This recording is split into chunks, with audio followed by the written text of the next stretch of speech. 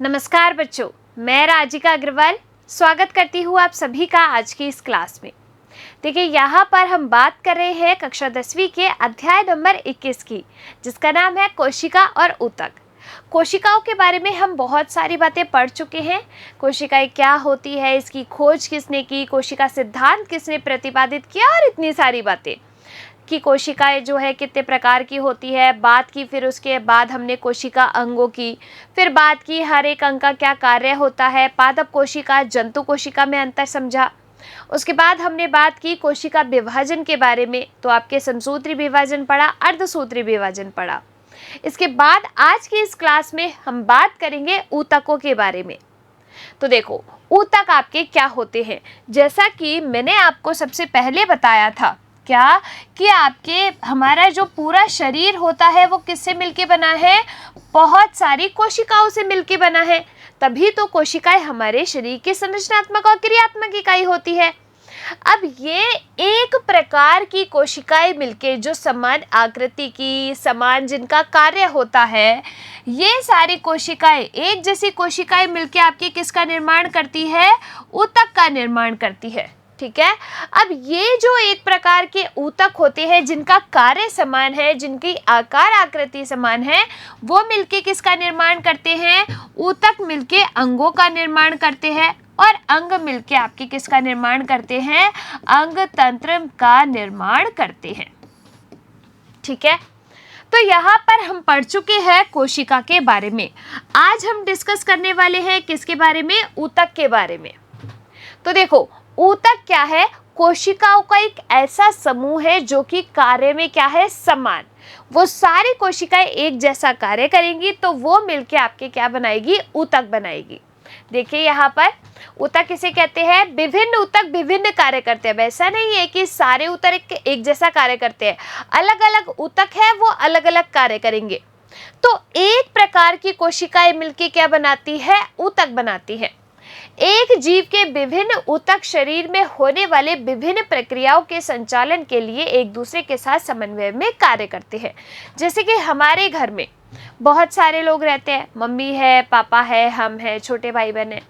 हम सब एक दूसरे के साथ मिलजुल के कार्य करते हैं, यानी कि हम एक दूसरे के संचालन के लिए जो है कार्य करते हैं।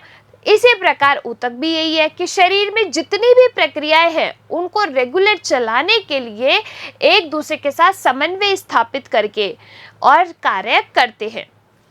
समान आकार और आकृति की कोशिकाएं, क्या मैंने आपसे अभी कहा, समान आकार और समान आकृति की कोशिकाएं जिनका कार्य भी क्या होना चाहिए, समान, वही आपके क्या बनाती है, ऊतक बनाती है। तो ऊतक की परिभाषा हम क्या लिख सकते हैं अगर आपसे परीक्षा के अंदर पूछा जाए तो, ऊतक किसे कहते हैं, तो ऊतक में आप क्या लिखेंगे, कोशिकाओं का ऐसा समूह जो कि आकार, आकृति और कार्य में समान हो, ऊतक कहलाते हैं। सिंपल सी आप एक परिभाषा लिख सकते हैं। अब बात करते हैं यहाँ पर अपन सबसे पहले पौधे के ऊतकों की।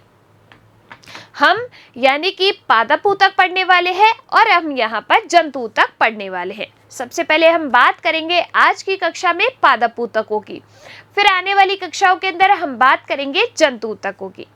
तो देखो, पादप ऊतक में संपूर्ण जीवन में नए ऊतक उत्पन्न होते रहते हैं, लेकिन हमारे अंदर ऐसा नहीं है। जंतुओं में क्या होता है कि कुछ ऊतक है जो एक बार क्षतिग्रस्त हो जाए, खराब हो जाए, उसके बाद नहीं बनते हैं, नए जो है नहीं बनते। कैसे, जैसे मान लो कि आपके हृदय की मांसपेशियां है या हृदय के ऊतक है, वो खराब हो जाए, क्षतिग्रस्त हो जाए तो वो वापस से नहीं बनेंगे। जबकि पौधों के अंदर क्या होगा, संपूर्ण जीवन में नए ऊतक उत्पन्न करने में पादप क्या होते हैं, समर्थ होते हैं। जंतु कुछ अवस्थाओं के अंतर्गत कुछ ऊतकों को बदल सकते हैं। हृदय की मांसपेशियां तंत्रिका ऊतक के क्षतिग्रस्त हो जाने पर उनका पुनः निर्माण संभव नहीं है। तो एक बार अगर आपके तंत्रिका ऊतक हो गया खराब, अगर आपके हृदय की मांसपेशियां हो गई खराब, तो वापस से आपका शरीर उनको नहीं बनाएगा। अब यहाँ पर अपन बात करेंगे सबसे पहले किसकी, पादप ऊतकों की बात यहाँ पर करने वाले हैं। दो प्रकार के पादप ऊतकों के बारे में अपन बात करेंगे। कौन कौन से? एक होते हैं आपके मेरिस्टेमेटिक ऊतक, जिन्हें अपन क्या कहते हैं? विभजोतक ऊतक कहा जाता है।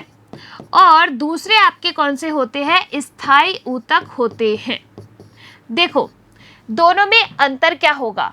ये जो आपके विभजोतकी ऊतक होते हैं, जिन्हें अपन मेरिस्टेमेटिक टिश्यू कहते हैं, इनमें क्या होगा कि जैसे ये जड़ के, तने के, पत्तियों के, इनके शीर्ष भाग में पाए जाएंगे। जैसे मान लो कि यहाँ पर मैंने एक ये पत्ती बनाई है, ठीक है, तो इसके शीर्ष भाग में जो ऊतक होगा ना, वो कौन सा होगा? विभजोतक ऊतक होगा। यानी कि ये पौधे की वृद्धि के लिए ये विभजोतकी ऊतक जो है वो अपनी वृद्धि करते हैं। बात करें अगर अपन यहाँ पर स्थायी ऊतकों की, तो जैसे कि अपन को नाम से पता चल रहा है कि इनके विभाजन की जो क्षमता है ना, इनकी कोशिकाओं के विभाजन की क्षमता, वो क्या हो गई है? नष्ट। यानी कि ये हो गए हैं स्थायी। इसमें हम 3 प्रकार के ऊतकों की चर्चा करेंगे, ठीक है? आ गई बात समझ में? तो इस प्रकार से पादप ऊतक यहाँ पर अपन बात करते हैं। देखिए पादप ऊतक आपके 2 प्रकार के, मेरिस्टेमेटिक जिसे अपन क्या कहते हैं? विभजोतक ऊतक कहा जाता है। दूसरा आपका है स्थायी ऊतक। सबसे पहले आपके बात करते हैं विभजोतकी ऊतक की। यह ऊतक पौधे के वृद्धिमान बिंदुओं जैसे कि जड़ हुआ, तना हुई, पत्ती हुई, इनके शीर्षों पर पाया जाता है। देखिए इस प्रकार से ये जो आपके, जैसे मान लीजिए ये किसका जो है आपका डायग्राम दे रखा है, अपन आगे पढ़ने वाले हैं, एक बीजपत्री, द्विबीजपत्री। तो उस प्रकार से यहाँ पे उसका एक चित्र दिया हुआ है। इसमें यहाँ पर बताया गया है कि आपके जो मेरिस्टेमेटिक ऊतक होते हैं, यानी कि विभजोतकी ऊतक होते हैं, वो कहाँ पर पाए जाते हैं? ये जो मेरिस्टेमेटिक होते हैं इस प्रकार से शीर्ष भाग में पाए जाते हैं। ये देखो यहाँ पर ये क्या है? आधारी मेरिस्टेम, यानी कि शीर्ष भाग में पाए जाएंगे, जो कि वृद्धि करते हैं, ठीक है? देखिए मेरिस्टेमेटिक ऊतक की प्रमुख विशेषताएं क्या होती हैं? जीवित कोशिकाओं का समूह अंतर कोशिकीय स्थान के बगैर सघन रूप में व्यवस्थित हो सकता है। पतली भित्ति वाले, अब इनकी जो आकार आकृति है वो कैसी भी हो सकती है, गोलाकार हो सकते हैं, अंडाकार हो सकते हैं, घनाकार हो सकते हैं। तो पतली भित्ति वाले, गोलाकार, अंडाकार, बहुभुजीय या आयताकार आकृति वाले हो सकते हैं। कौन से? आपके विभजोतकी ऊतक। आगे देखिए कोशिकाएं छोटे आकार की होती है, उनमें बड़े केंद्रक विद्यमान होते हैं। जैसे मान लीजिए कि आपके ये जो है क्या है? विभजोतकी ऊतक की कोशिका है, ठीक है? अब इसमें जो केंद्रक होगा ना, वो इस तरीके से बड़े आकार का होगा, ठीक है? अनिश्चित विभाजन में समर्थ और पौधे में नई कोशिकाएं जोड़ती है, तभी तो नई कोशिका जोड़ रही है, तभी तो इसका नाम क्या हुआ? विभजोतकी ऊतक हुआ। अगर नई कोशिकाएं नहीं जोड़ती तो इसका नाम क्या हो जाता? स्थायी ऊतक हो जाता ना। ये सामान्यतः जड़ व प्ररोह के शीर्ष पर पाए जाते हैं, जिससे ये क्या कर सके? वृद्धि कर सके, ठीक है? अब बात करते हैं यहाँ पर स्थायी ऊतकों की। 3 प्रकार के स्थायी ऊतक पढ़ने वाले हैं। स्थायी ऊतक क्या होते हैं? ऐसी कोशिकाएं जिनमें आगे विभाजन की क्षमता क्या हो चुकी है? खत्म हो चुकी है। ऐसी कोशिकाओं का बना होता है जिनकी विभाजित होने की क्षमता समाप्त हो चुकी है, उसे अपन कहते हैं स्थायी ऊतक। उनके कार्य के अनुसार स्थायी ऊतक 3 प्रकार के होते हैं। इसमें सबसे मेन जो आपको याद रखना है वो कौन सा है? संवहनी ऊतक के बारे में आपको याद रखना है, ठीक है? ये जो संवहनी ऊतक है इनको संवाहक भी बोलते हैं। इसके अंदर आपके 2 आएंगे। कौन कौन से? एक आपका आएगा जाइलम और दूसरा जो आपका आएगा वो होगा फ्लोएम। ये आपको इंपॉर्टेंट तौर पर याद रखने हैं, ठीक है? जाइलम में क्या होता है? जैसे, क्या मतलब है? जैसे जाइलम, जैसे जल, इस प्रकार से आप इसको याद रखेंगे। तो ये जो जाइलम होता है वो क्या करता है? जल का और खनिज पदार्थों का संवहन करेगा। जड़ें क्या करती है? उस पानी को सोखती है जमीन से। तो यहाँ पर मान लीजिए ये क्या है? जड़ें हैं, ठीक है? ये क्या है? किसी पौधे की जड़ें हैं, ठीक है? अब यहाँ पर ये जाइलम क्या होता है? यहाँ से क्या करेगा? इनको पानी को सोखेगा, अवशोषित करेगा और ऊपर की साइड पौधे के सारे भागों तक पहुँचा देगा, ठीक है? तो ये काम किसका हुआ? जाइलम ऊतक का हुआ। बात करेंगे फ्लोएम की, तो फ्लोएम क्या करता है, ये जो फ्लोएम है, ये जैसे मान लीजिए जाइलम जो है वो अंदर की साइड मौजूद होगा और जाइलम के जस्ट बाहर आपके फ्लोएम ऊतक प्रेजेंट होगा। ये फ्लोएम का कार्य क्या होता है कि जो खाद्य पदार्थ है उनको ऊपर और नीचे दोनों साइड जो है इनका क्या करेगा, गमन करेगा। कौन? फ्लोएम ऊतक। ठीक है, तो संवहन का मतलब क्या होता है, लेकर जाना, लेके आना, वो कार्य। ठीक है, तो जाइलम ने जल का और खनिज पदार्थों का किया और फ्लोएम ने क्या किया, खाद्य पदार्थों का किया। ठीक है, देखो यहाँ पर आपके जो स्थायी ऊतक है 3 प्रकार के। सबसे पहला प्रकार कौन सा है आपका, संरक्षी ऊतक। यह ऊतक मोटी भित्तियों की कोशिकाओं से बना होता है और पत्तियों, तनों, जड़ें आदि में पाया जाता है। कौन सा? संरक्षी ऊतक। अब इसका नाम क्या है, संरक्षी, यानी कि ये क्या कर रखा है, ये क्या करेगा, रक्षा करेगा, संरक्षण करेगा। ठीक है, क्योंकि इसकी भित्ति क्या है, मोटी है। इसकी भित्ति कैसी है, मोटी है, इसीलिए पत्तियों, जड़, तनों और जड़ों आदि की सतह पर पाया जाएगा।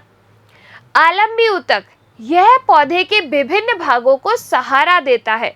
इस ऊतक में आलुओं के भीतरी भाग में भरी हुई कोशिकाएं शामिल है, जिनके भीतर भोजन संचित रहता है। यह पत्तियों के डंठल में पाया जाता है।